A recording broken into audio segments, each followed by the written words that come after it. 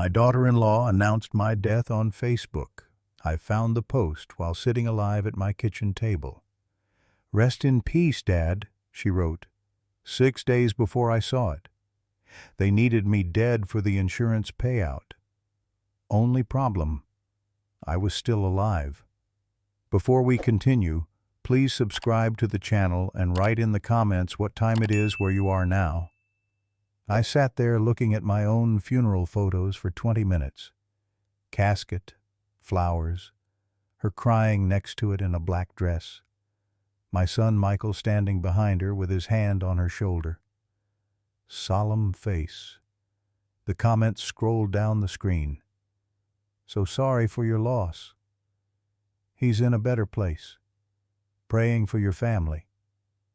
I wasn't dead. I'd been alive in my house 12 miles away the entire time, working in my garage, watching the Tigers lose, making myself dinner, wondering why Michael hadn't returned my calls for 2 weeks. I called him. Voicemail. Called again. Voicemail. Texted, "We need to talk. Now." 3 hours later, my phone buzzed. "What's wrong?" "Check your wife's Facebook page." Dots appeared, disappeared, appeared again, then, "Dad, I can explain. I'll be there tomorrow morning, 9 a.m. That's not a good time. 9 a.m. I didn't sleep. Kept opening Facebook on my phone in the dark, refreshing the page. More comments appeared overnight. People I'd never met mourning me. Someone had posted a photo of me from years ago, me and Michael at his college graduation. "Heaven gained an angel," they'd written. Jessica had liked it. 2:47 a.m. according to the timestamp. My wife Linda died 3 years ago. Stroke. Fast. I held her hand and she was gone. Michael came to the funeral. Stayed 2 hours. Said he had to get back for work. Jessica didn't come. She was too emotional, Michael said. Couldn't handle it. I didn't push. They were young, building their lives. I understood, or thought I did. At 6:00 a.m. I got up, made coffee, couldn't drink it, put on a clean shirt, khakis. The shoes, Linda always said, made me look distinguished. I looked at myself in the mirror. Gray hair, 71 years old, face lined from 43 years at the plant before they offered buyouts. I looked alive, very alive. I drove to Michael's house, the one they'd bought 4 years ago. 3-bedroom, 2-bath. Nice neighborhood. I'd given them $40,000 for the down payment. "We'll pay you back," Michael said. "This is just temporary." That was 4 years ago. I'd never asked about it. Figured he'd bring it up when he was ready. I pulled up at 8:52 a.m. The yard needed mowing. Michael's truck in the driveway. Jessica's SUV parked behind it. The SUV I'd co-signed for when her credit wasn't good enough. $680 a month. I knew because I'd been making the payments for 6 months after Michael said they were going through a tight spot. I walked to the front door, knocked, waited. Michael opened it 6 inches. "Hey, Dad." Not warm, not surprised, just factual. "We should talk inside," I said. "Actually, this isn't a great time. Benny's got a friend over and—" "Inside, now." Something in my voice made him step back. I walked in. The living room looked different. New couch, leather, expensive, big TV on the wall. Bigger than mine, bigger than necessary. Jessica came down the stairs, saw me, stopped 3 steps from the bottom. "Oh," she said. Just that. Oh. Surprised? I asked.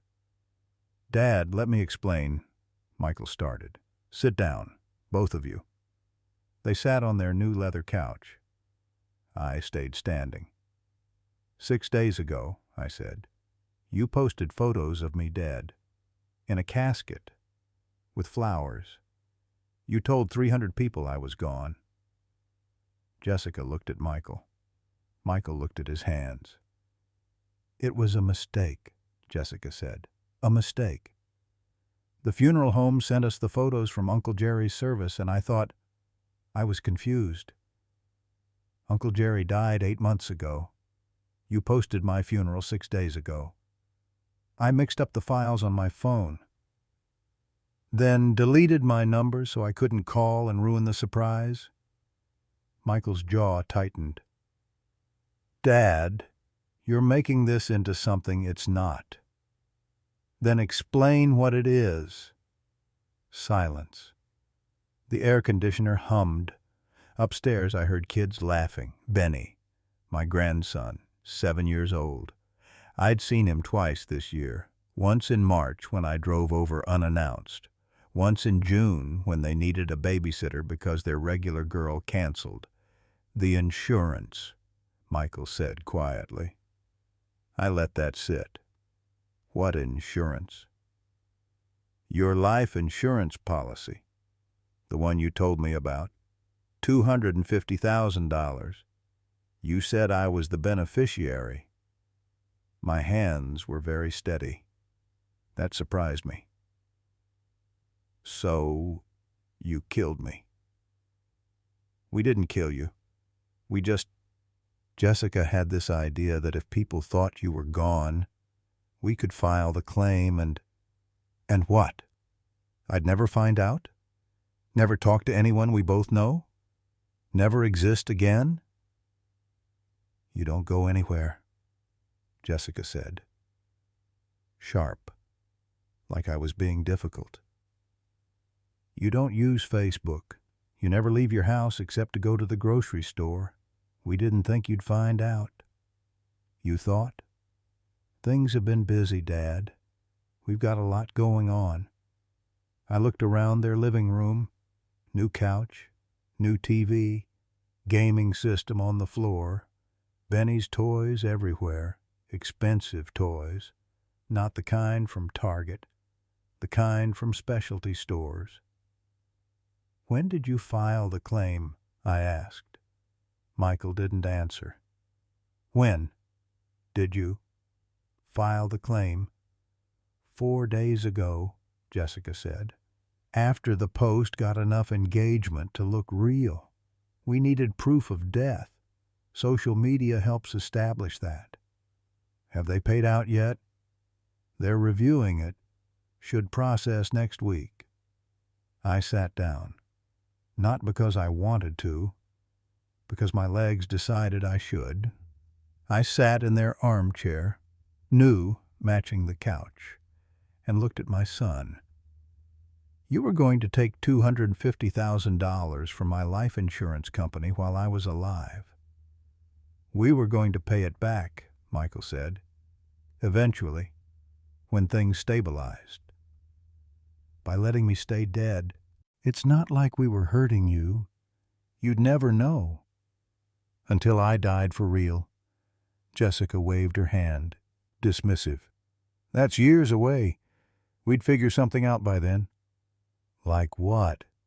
Another funeral? Tell everyone I'd been in a coma? Dad, you're making this harder than it needs to be. Michael leaned forward, using his reasonable voice, the one he used when he wanted money. We're drowning here, the mortgage, the cars, Benny's school, Jessica's student loans. We needed help, and you've always said you'd be there for us. So you faked my death? We borrowed your death, temporarily. I stood up. Where's Benny? Upstairs, Jessica said. And you're not going up there. He's my grandson. He thinks you're dead. We told him last week. Had a whole talk about heaven. He cried, "It's done." The rage was building now, hot and focused. I could feel it in my chest, in the way my vision seemed to sharpen. "You told him I was dead." "It was easier than explaining," Michael said. "Kids don't understand nuance. The nuance of fraud. It's not fraud if we were going to pay it back. It's fraud the moment you filed the claim." Jessica stood up. "You need to leave. You're upsetting us, and this isn't helping anyone." "I'm upsetting you." "Yes. Showing up here, making accusations. We made a mistake. We'll fix it. But you can't just barge in here and what? Ruin your scam?" Her face went cold. "Get out. I'll leave. But first, I'm going upstairs to see my grandson." "Like hell you are." She moved between me and the stairs. "He thinks you're gone. Seeing you will traumatize him." "More than lying to him?" "It's not lying if it's for his own good." I looked at Michael. "You agree with this?" He wouldn't meet my eyes. "Maybe you should go, Dad.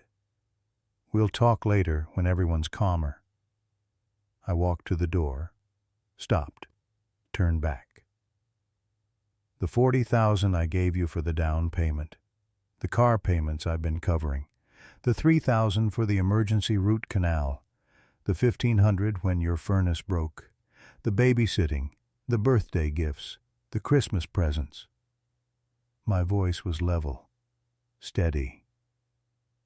"I counted it up last night. $97,000 in 4 years, not counting my time, not counting the calls I made to help Michael get his job, not counting the hours I spent helping you move, twice." Jessica crossed her arms. "And you're going to ask for it back? That's low, even for you." "Even for me. We're your family. Family helps each other. You don't keep score. You faked my death for $250,000. That's different." "How?" She smiled. "Because we needed it." I left, got in my car, drove home with my hands tight on the wheel. Inside my house, the one Linda and I bought in 1979, paid off in 2003, I sat at the kitchen table and opened my laptop. The Facebook post was still up, still getting comments. Someone had added a memory. "Remember when Harold took us all fishing? Best day ever." I'd never taken anyone fishing. Didn't even know who wrote this. I called my lawyer, Daniel Brennan. Known him 30 years. Did our wills when Linda got sick. "Daniel, I need to file a police report for insurance fraud." "Against who?"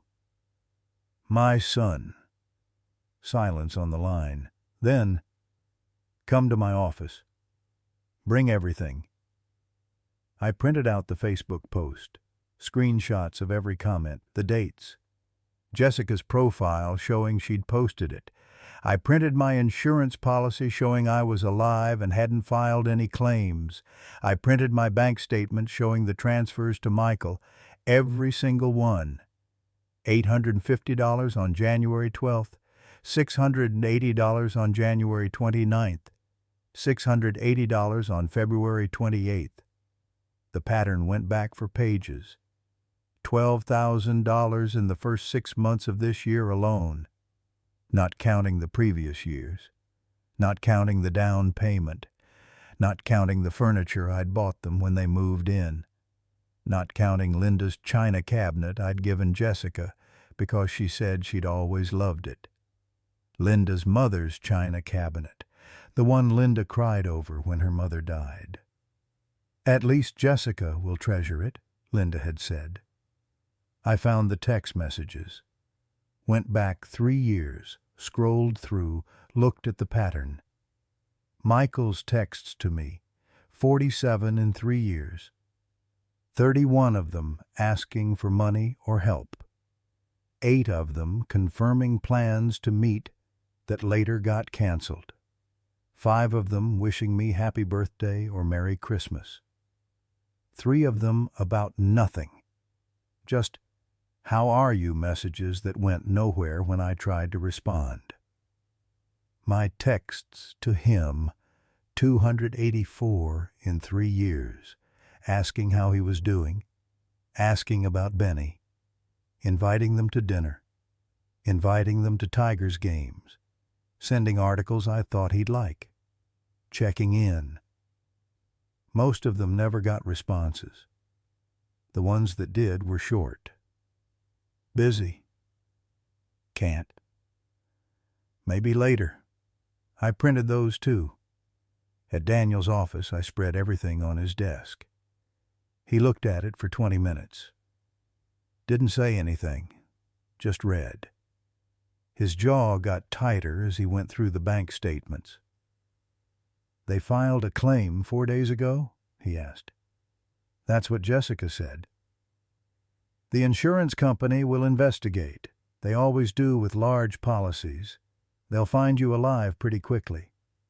"And then?" "Criminal charges, fraud, possibly identity theft, depending on how they filed. Michael's looking at felony charges. Jessica, too." "What do I need to do?" "Nothing. Let it play out." "But Harold," he looked at me over his reading glasses. "Are you sure? This will destroy him. Prison time, criminal record. He'll lose his job. He faked my death. He's your son. He told my grandson I was dead. He took $97,000 from me over 4 years and never said thank you.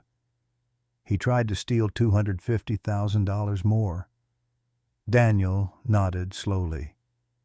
"Then we wait. The insurance company will call you when they verify you're alive, probably within a week. They'll involve law enforcement. You'll need to give a statement. After that, it's out of your hands." I drove home, made dinner. Chicken breast, green beans, same meal Linda used to make on Thursdays. I ate it at the table. Same table where we'd celebrated anniversaries, birthdays, holidays. Same table where Michael had done his homework. Where we'd told him Linda was sick. Where I'd sat alone after her funeral, wondering how to keep going. My phone rang at 8:00 p.m. Michael. I let it ring. Voicemail. He called again at 8:15, again at 8:30. Left a message at 9:00. "Dad, we need to talk. Jessica's really upset. She thinks you're going to do something crazy. Please call me back. We can work this out." I deleted it.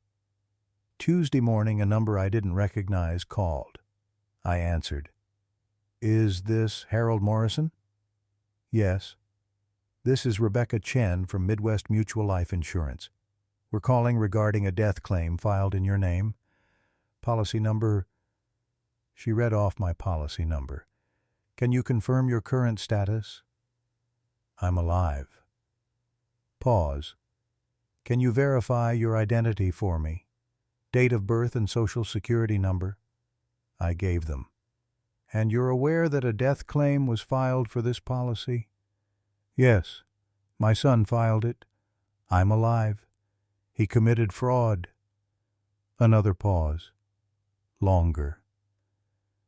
"Mr. Morrison, we'll need to investigate this further. Can you come to our office tomorrow morning? Bring identification and be prepared to give a full statement." "I'll be there. And Mr. Morrison, don't contact the individual who filed the claim. This is now a criminal matter." "Understood." Michael called 6 more times that day. I didn't answer. Jessica called twice. Left a voicemail. "You're being ridiculous. We're family. You can't do this to us. Michael's a wreck. You're hurting people. Over what? A misunderstanding? We said we'd fix it. You're being selfish. Selfish. I'd given them $97,000 and I was selfish. I went to the insurance company Wednesday morning, brought my driver's license, passport, birth certificate, met with Rebecca Chen and a man in a suit who said he was their fraud investigator. I gave my statement, showed them the Facebook post, showed them my bank records, showed them the texts. We'll be filing a police report, the investigator said. This will likely result in criminal charges. Are you prepared for that? Yes. Against your son? Yes. He nodded. Didn't judge. We'll be in touch. Friday morning, 2 police officers showed up at Michael's house. I know because Michael called me screaming. They arrested Jessica. They came to the house and arrested her in front of Benny. He's crying. He doesn't understand. How could you do this? I didn't do anything. You committed fraud. It was her idea. I didn't want to. She pushed me into it. You filed the paperwork. You signed the documents. They're saying I could go to prison. Yes. I'm your son. You faked my death to help our family. By stealing, we were going to pay it back. When? How? You're 6 months behind on a car I co-signed for. You never paid back the down payment, never paid back any of it. Because we don't have it. We're broke. So you committed fraud. What are we supposed to do now? Jessica's in jail. I have to find bail money, legal fees. I could lose my job if this gets out. We could lose the house. Benny could end up in foster care if we both go to prison. You should have thought of that before you killed me.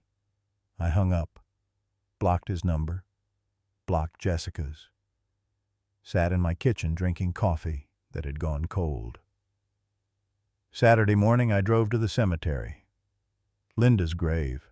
I brought flowers, daisies, her favorite, sat on the bench nearby. They faked my death, I told her. Our son, for money. The wind moved through the trees. Some kid somewhere was playing, laughing, life continuing. I gave him everything. You know I did. Everything you and I built, everything we saved. And it wasn't enough. A crow landed on a headstone 3 rows over, watched me. I don't know what we did wrong, but I did know. I knew exactly what we'd done wrong. We'd taught him that we'd always be there, always help, always catch him when he fell. We'd never let him fail, never let him struggle, never said no. You always said I was too soft on him, I told Linda's headstone. You were right. The crow flew away. Sunday evening my doorbell rang. I looked through the window. Michael, standing there in a wrinkled shirt, unshaven, looking smaller than I'd ever seen him. I opened the door, didn't invite him in. Jessica made bail, he said. Her parents took out a second mortgage. Good for them. Dad, please. We need help. The lawyer wants a $15,000 retainer. The insurance company's suing us for the claim plus damages. We're going to lose everything. Yes. You have to drop the charges. I didn't file charges. The insurance company did. The state did. You started this. No. You started this when you posted my funeral. It was a mistake. It was fraud. He stepped closer. You're really going to let your son go to prison? You're really going to blame me for the consequences of your choices? I'm 34 years old. I'm supposed to have my life together by now. Everyone else does. Everyone else has money and nice things, and we're drowning. You don't know what it's like. I worked at a plant for 43 years. I know exactly what it's like. You had it easier. Houses were cheaper. College was cheaper. Everything was cheaper. So you faked my death. We needed money. Get a job. I have a job. Get a second job. Cut expenses. Sell the leather couch. Cancel the streaming services. Stop buying toys Benny doesn't need. I leaned against the doorframe. Or here's an idea. Don't commit felonies. His face crumpled. You're really not going to help. I've helped you for 4 years, gave you $97,000, co-signed your wife's car, made myself available whenever you called, which was only when you needed something. That's not true. When did you last call me just to talk? He opened his mouth, closed it. When did you last invite me over when you didn't need a babysitter? Nothing. When did you last ask how I was doing? I'm busy. I've got a kid, a job, a life. And I'm alone in a house where my wife died. But you didn't think about that. You never said you needed help. I shouldn't have to ask my son to care about me. He stood there. Traffic hummed on the street behind him. Someone's sprinkler system turned on 3 houses down. So that's it, he said finally. You're done with me. You were done with me first. You just didn't bother to tell me. I'm your son, and you faked my death. He turned, walked to his truck, stopped with his hand on the door handle. Benny asks about you every day. He doesn't understand why Grandpa came back from heaven but doesn't want to see him.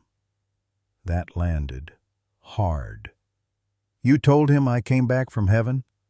What was I supposed to say? That I lied? That we lied? Yes. He's 7. Old enough to learn that actions have consequences. Michael got in his truck. Sat there for a minute with the engine running, then drove away.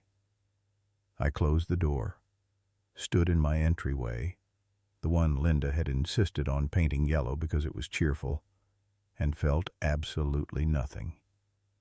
No, that wasn't true. I felt relief. Monday morning, my neighbor Carol knocked. She's 73, widow. We talk sometimes when we're both getting mail. Harold, she said, I saw Michael here yesterday. Everything okay? Everything's fine. Because I saw on Facebook that you died, and then I saw you mowing your lawn, and I was very confused. My son posted the wrong photos. She looked at me for a long moment. No, he didn't. I didn't say anything. Jessica posted about your funeral 6 days ago. I commented, sent flowers to the funeral home. Then I saw you taking out your trash and nearly had a heart attack. I'm sorry about the flowers. Harold, what happened? And for some reason, maybe because she wasn't family, maybe because she'd sent flowers, maybe because I was just tired, I told her all of it. The life insurance, the fraud, the arrest, the money I'd given them, the calls that never came. She listened, didn't interrupt. When I finished, she said, Good. Good that you finally stopped letting them bleed you dry. I've watched it for years. Them showing up only when they needed something. You dropping everything to help. Linda saw it too. She told me once she was worried about what would happen to you after she was gone. She said that? She said you'd give them everything and end up alone. She was right. I felt something crack in my chest. I don't know how to be his father and not help him. That's not your job anymore. Your job was to raise him. You did that. He's a grown man. What he does now is on him. He's going to prison. Then maybe he'll learn something. She left. I went inside, sat at the table where Linda used to balance our checkbook. Opened my laptop, found my bank account, looked at the transfers, the pattern of money leaving and nothing coming back. Changed my password, added security questions, set up alerts for any transactions over $100, called the car finance company. I need to remove myself as co-signer from account. I gave them the account number. Are you sure, sir? The primary borrower is currently behind 3 payments. Removing yourself as co-signer could result in vehicle repossession. I'm sure. Updated my life insurance policy. Changed the beneficiary. Instead of Michael, I put the local hospice care center. The one that had helped Linda in her final weeks. The one where the nurses had been kind and patient and treated her like she mattered. Called my lawyer. Daniel, I need to update my will. I can have new documents ready by Friday. Make Michael's inheritance $1. Silence. Then, you're sure? Everything else goes to charity, hospice care, cancer research, the Humane Society, organizations that do good work. This will hurt him. He hurt me first. Friday, I signed the new will, drove home, made dinner, watched the news, went to bed at 10 like always, lay in the dark thinking about Benny, 7 years old, told his grandfather was dead, then told he wasn't, then told he couldn't see him. None of it was his fault. Saturday morning, I called Michael. He answered on the first ring. Dad, I want to see Benny. I don't think that's a good idea. I'm his grandfather. You're the reason his mother's facing felony charges. His mother's the reason his mother's facing felony charges. I want to see Benny, supervised, wherever you want. You can be there the whole time. Pause. When? Today. 1 hour. The park. Jessica's lawyer said we shouldn't. I'm not asking Jessica. I'm asking you. Does your son get to see his grandfather or not? Longer pause. Riverside Park, 2 o'clock. I got there early, sat on a bench near the playground, watched kids on swings, parents pushing strollers, normal families doing normal things. Michael's truck pulled up at 2:07.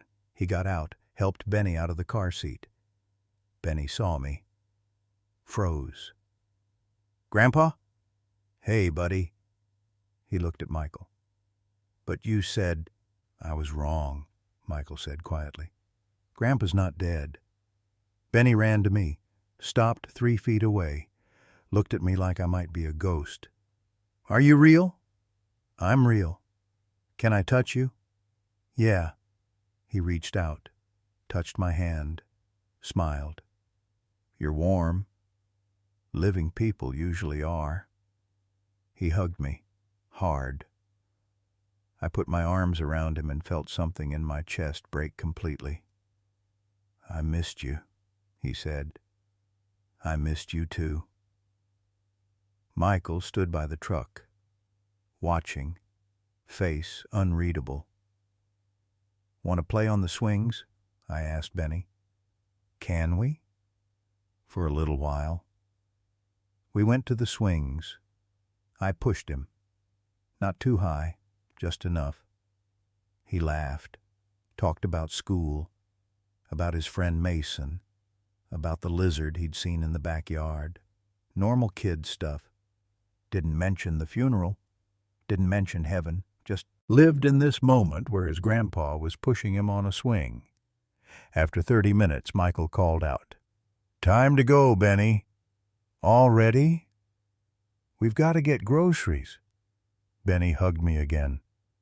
Can I see you next week? I looked at Michael. He looked away. We'll see, buddy. That means no, Benny said. Smart kid. Why? It's complicated.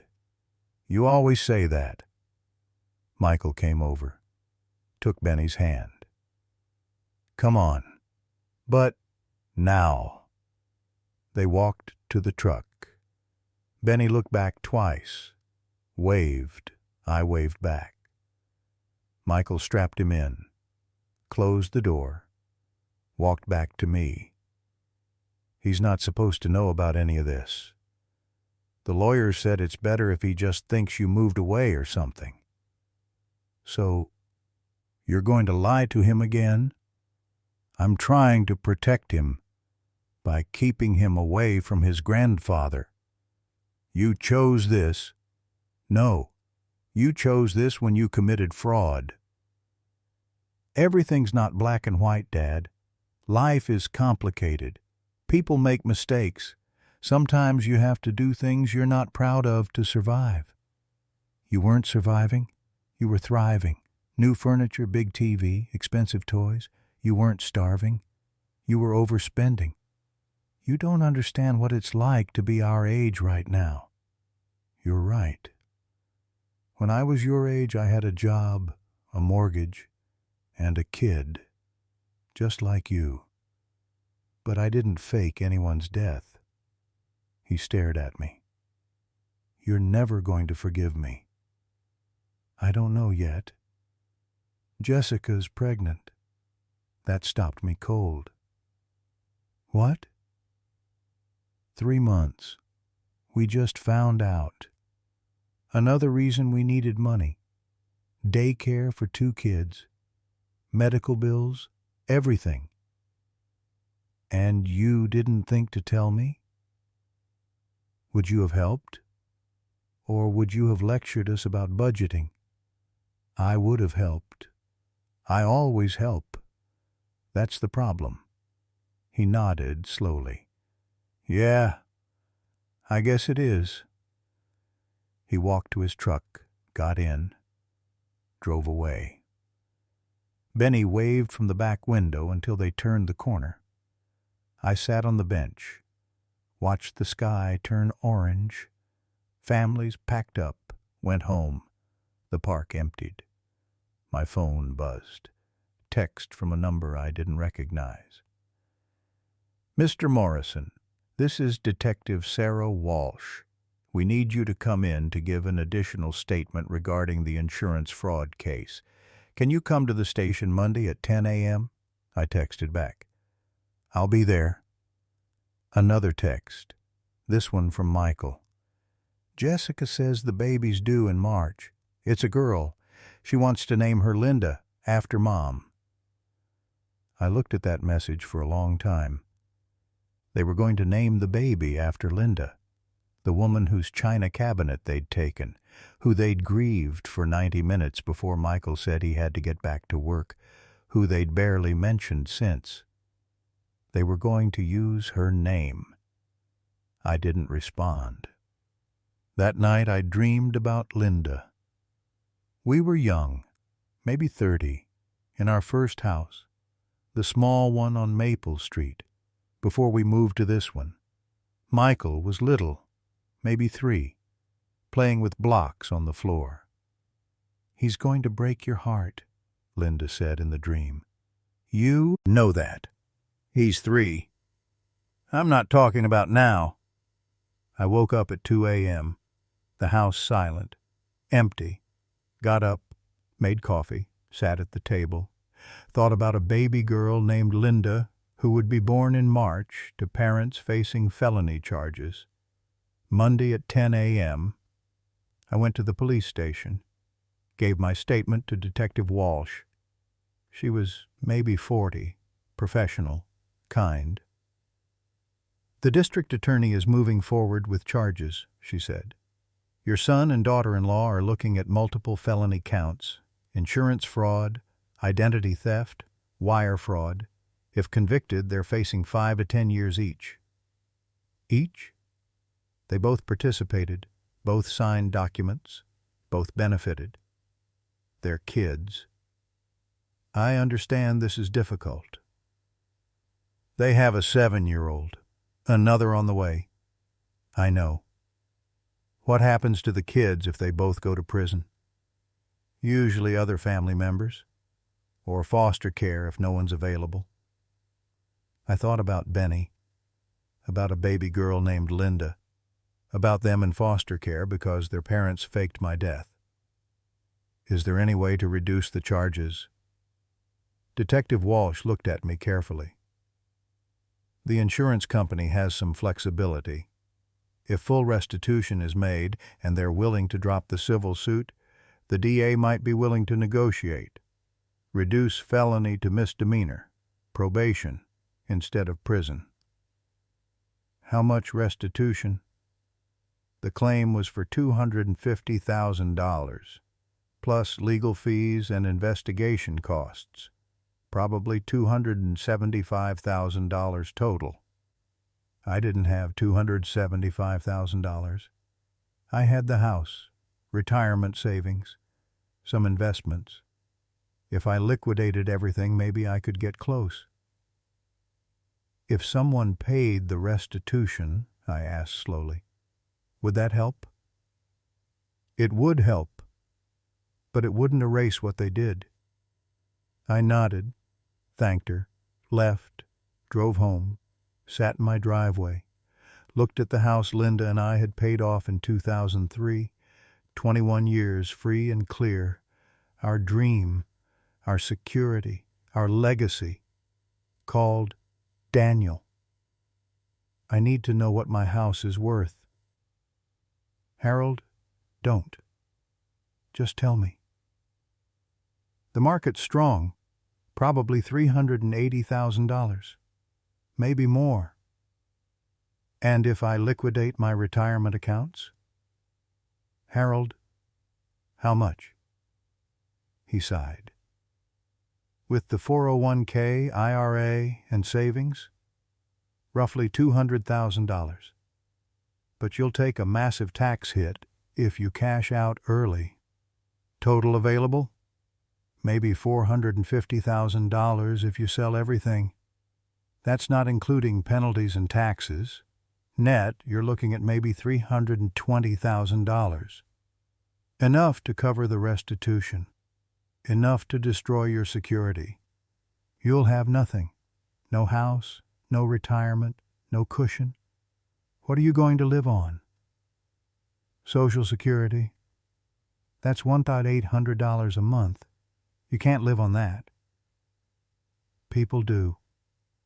Harold, don't do this. They committed a crime. Let them face the consequences. Their kids didn't commit a crime. Their kids aren't your responsibility.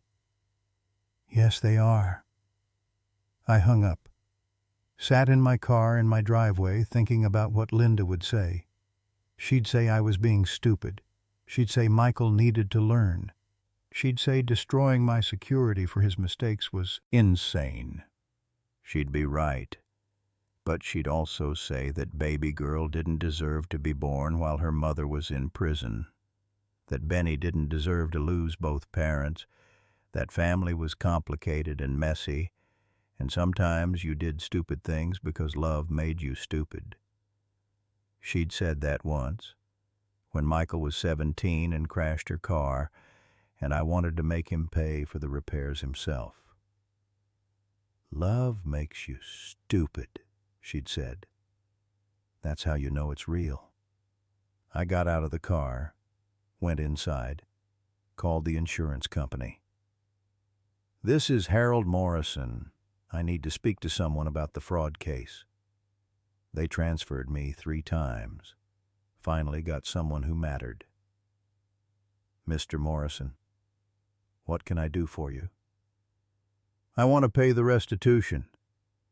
I'm sorry? The $250,000 claim, plus costs. I'll pay it, all of it, in exchange for dropping the charges. Pause. Mr. Morrison, you're the victim here. You don't owe us anything. I'm aware. But if I pay, will you drop the civil suit and work with the DA to reduce charges? That's unusual. Will you do it? Another pause. Longer. I'd need to speak with our legal team, but potentially, yes, if full restitution is made and the perpetrators agree to certain conditions. What conditions? Probation, community service, permanent ban from filing claims with our company, possibly counseling. No jail time? I can't promise that. That's up to the DA. But if we're made whole and asking for leniency, it helps. I'll have the money within 2 weeks. Mr. Morrison, 2 weeks. I hung up, called a realtor, listed the house, called my financial advisor, started the process of liquidating everything, called Daniel. It's done, I said. I'm paying the restitution. You're making a mistake. Probably. Where are you going to live? I'll figure it out. Harold. It's done, Daniel. The house sold in 4 days. Over asking, $395,000. Young couple, 2 kids. They loved the backyard. The wife cried when she saw Linda's kitchen. It's perfect, she said. I thought about Linda painting that kitchen yellow, choosing those cabinets, standing at that sink for 30 years. It's yours, I said. Closing was scheduled for 3 weeks out. I had 1 month to pack 45 years of marriage into boxes and leave. I didn't tell Michael, didn't tell anyone except Daniel and the realtor. Just started packing, room by room, Linda's clothes, my tools, the photo albums, the furniture. Some of it I sold, some I donated, some I threw away. Found things I'd forgotten, cards from Michael's childhood, Mother's Day cards to Linda in crayon. I love you, Mommy. A Father's Day card with a handprint. Best dad ever. Put those in a box. Labeled it Michael. Taped it shut. The day before closing, Michael called. Dad, the DA offered a plea deal. What kind of deal? Misdemeanor fraud. 3 years probation, 200 hours community service, $5,000 fine each, no jail time. That's good? It's because someone paid the restitution. Full restitution. The insurance company dropped their suit. That's good. Dad, who paid it? Does it matter? Was it you? I looked around my empty house. Boxes everywhere, walls bare, everything packed except the furniture that came with the house. The built-ins I couldn't take. The memories I couldn't pack. Was it you? Michael asked again. Take the deal. Dad, what did you do? Take the deal, Michael. Keep your family together. Be a better father than I was. What are you talking about? I taught you that someone would always catch you, that there were no real consequences, that you could fail and I'd fix it. That was wrong. This is the last time. Do you understand? The last time. Where are you? Taking the deal? Yes, but... Good. I hung up, turned off my phone, finished packing. The next day I closed on the house, signed the papers, handed over the keys, walked out of the house where Linda died, where Michael grew up, where I'd lived for 43 years, got in my car, drove to a motel on the edge of town, $220 a week, monthly rates available, kitchenette, Wi-Fi, a bed, a shower, everything I needed, moved in, unpacked the essentials, left everything else in a storage unit, $85 a month, climate-controlled, sat on the motel bed, looked around. 1 room, thin walls, highway noise outside, everything I owned in 12 boxes. My phone, I'd turned it back on, showed 43 missed calls from Michael, 17 from Jessica, dozens of texts, One text from Michael. Mom would be so disappointed in you. I stared at that for a long time, then typed back. She'd be disappointed in both of us. Blocked his number. Blocked Jessica's. Put the phone down. Lay back on the bed. Stared at the ceiling. Water-stained. Cracks in the plaster. I was 71 years old, living in a motel. Net worth roughly $8,000 after paying restitution, taxes, penalties, and first month's rent. Social Security depositing $1,047 every month, just enough for rent, food, gas. Nothing left over, no cushion, no safety net, no house to pass down, no legacy except debt I'd paid for someone else's crime. Linda would call me an idiot. She'd be right. But Benny still had his parents. A baby girl named Linda would be born to a mother not in prison. A 7-year-old wouldn't grow up in foster care wondering why his grandfather let his parents go to jail. Maybe that was worth it. Maybe it wasn't. I'd find out. For now, I had a motel room and a bed and enough money for groceries. That was enough. It had to be. 3 months later, I got a card in the mail. The motel manager handed it to me. Forwarded from your old address. Birth announcement. Pink.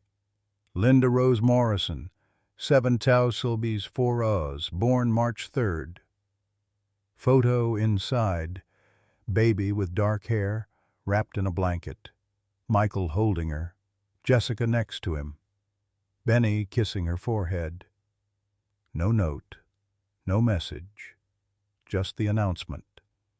I put it on the dresser in my motel room, next to the photo of Linda I'd kept. Looked at both of them. We did something right, I told Linda's photo. Maybe.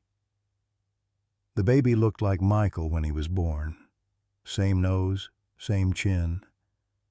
I wondered if she'd have his eyes, if she'd have Linda's smile, if she'd grow up knowing her grandfather sold everything to keep her parents out of prison. Probably not. Probably Michael would never tell her, would never tell either of them, would let them grow up thinking Grandpa lived in a motel because he was old and poor and unlucky. That was okay. They didn't need to know. They just needed to be okay. I got a job 3 weeks after the baby was born. Maintenance work at a storage facility, $15 an hour, 25 hours a week. Not much, but it gave me something to do, kept me moving, came home to the motel every night, made dinner on the hot plate, watched TV on the 12-inch screen, lay in bed listening to trucks on the highway. Sometimes I wondered if Michael ever drove past the house, the one I'd sold, if he noticed it was gone, if he figured it out, if he felt anything. Sometimes I wondered if Benny asked about me, if he remembered the swings, if he told his baby sister about the grandpa who came back from heaven and then disappeared again. Most times I tried not to wonder at all, just got up, went to work, came home, made dinner, slept, repeated.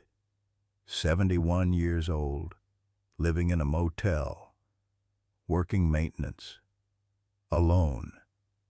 But Benny had his parents. Linda Rose had her family. That was something. Maybe not enough, but something. If you liked this story, please like it, subscribe to the channel, and share your impressions in the comments. To listen to more stories, click on the window on the right. Thank you for being with us.